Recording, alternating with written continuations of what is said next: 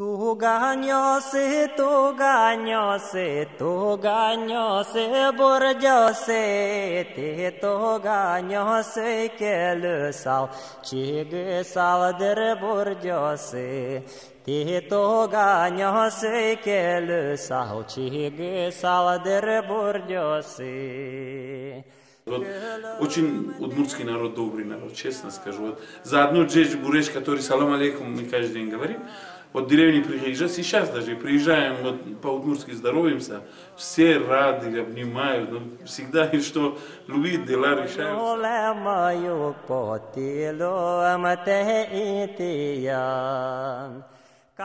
Удмуртский лимон видите, толес зе, дышит с кисько. Читать я умею, мне это нравится. Это меня вот эти звуки, это меня завораживает. Потому что удмуртский язык, он добрый, завораживающий, милый. Altınızın deseyşü salızı, altın eski öylü sal, pihinalı gömür öykü salızı, orçun eski öylü sal, pihinalı gömür. У меня очень много друзей удмуртов. Как бы очень интересно стало изучать их язык, изучить их культуру, литературу, да и вообще язык очень интересный. Мне вот удмуртский язык привлек тем, что он как-то близок к тюркскому языку. То есть у нас есть очень схожие слова, это «анай», «атай». У нас вот в тюркском, например, в азербайджанском «ана» и «ата». В